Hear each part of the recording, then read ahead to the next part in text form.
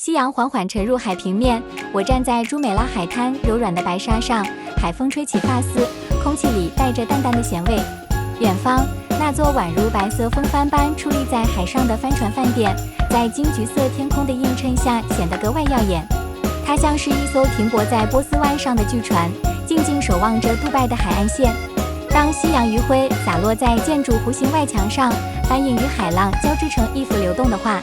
海面微光闪烁，庞福为这座传奇酒店披上一层金色薄纱。